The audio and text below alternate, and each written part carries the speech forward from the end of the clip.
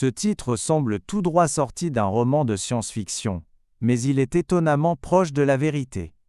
Bien que le JWST n'ait pas trouvé la vie elle-même, il a détecté sans équivoque une riche variété de molécules organiques complexes, les précurseurs chimiques de la vie, dans certains des endroits les plus extrêmes et inattendus, y compris les régions turbulentes où naissent les étoiles. Étant donné que ces régions de formation d'étoiles sont souvent situées dans les centres denses des galaxies, elles sont en effet près du trou noir supermassif central. Tout d'abord, il est important de clarifier ce que signifient les briques élémentaires de la vie, dans ce contexte. Cela ne fait pas référence à l'ADN ou même aux acides aminés. Il s'agit plutôt de ** molécules organiques complexes MOC, ** et D, ** hydrocarbures aromatiques polycycliques HAP ***. Les HAP sont des molécules à base de carbone en forme d'anneau, pensez à des flocons de suie microscopiques, et comptent parmi les molécules organiques les plus courantes dans le cosmos. Les MOC sont encore plus complexes, incluant des substances comme le méthanol, éthanol, l'acide formique et l'acétaldéhyde. Ces molécules sont considérées comme prébiotiques, car elles contiennent les éléments essentiels, carbone, hydrogène, oxygène, azote, et les liaisons chimiques, qui, dans les bonnes conditions, peuvent se combiner pour former les structures plus complexes nécessaires à la vie, comme les acides aminés et les nucléotides. Pendant des décennies, les astronomes ont su que ces molécules existaient dans l'espace, principalement dans des nuages moléculaires froids et sombres, où de nouvelles étoiles et planètes sont en gestation.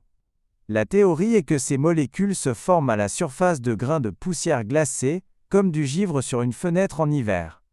Sur des millions d'années, des molécules simples gèlent sur ces grains et sont irradiées par la lumière des étoiles, déclenchant des réactions chimiques qui les transforment en structures plus complexes. Ces glaces riches en matière organique sont ensuite incorporées dans les planètes et les astéroïdes en formation, livrant les matières premières pour la vie à travers la galaxie. La contribution du JWST a été de révéler l'abondance et la complexité stupéfiante de cette chimie cosmique avec une clarté sans précédent, et dans des endroits surprenants. Ces spectrographes infrarouges sont parfaitement réglés pour détecter les signatures vibrationnelles spécifiques de ces molécules. Lorsque la lumière infrarouge d'une étoile d'arrière-plan traverse un nuage de gaz et de poussière, ces molécules absorbent des fréquences très spécifiques de la lumière, créant un code-barre chimique unique que le JWST peut lire.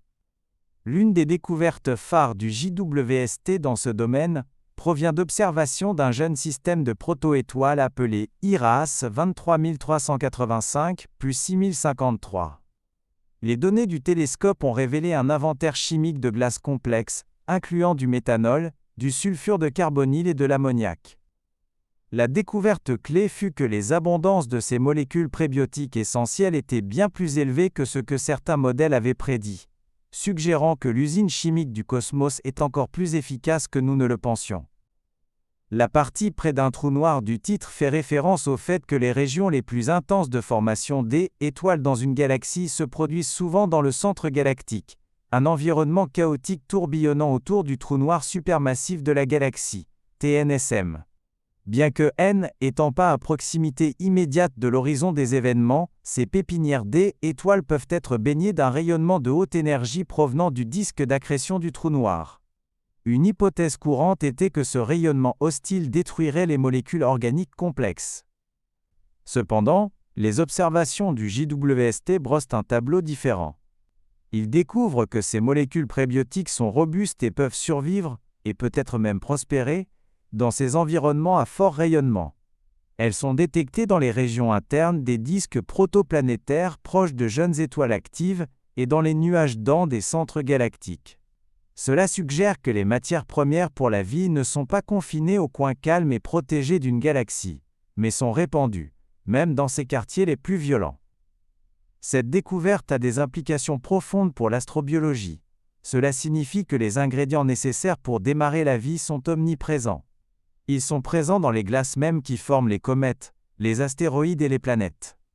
Lorsqu'une comète ou un astéroïde percute une jeune planète rocheuse comme la Terre primitive, il peut livrer une cargaison d'eau et de ces molécules organiques complexes, ensemençant la planète avec les matériaux essentiels à l'origine de la vie.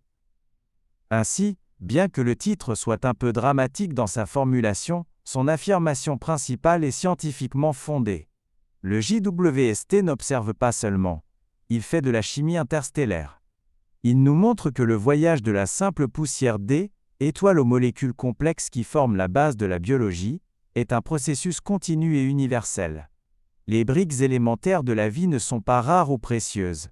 Elles sont une partie fondamentale du cycle cosmique de la formation des étoiles et des planètes, présentes dans toute notre galaxie, et probablement dans toutes les autres.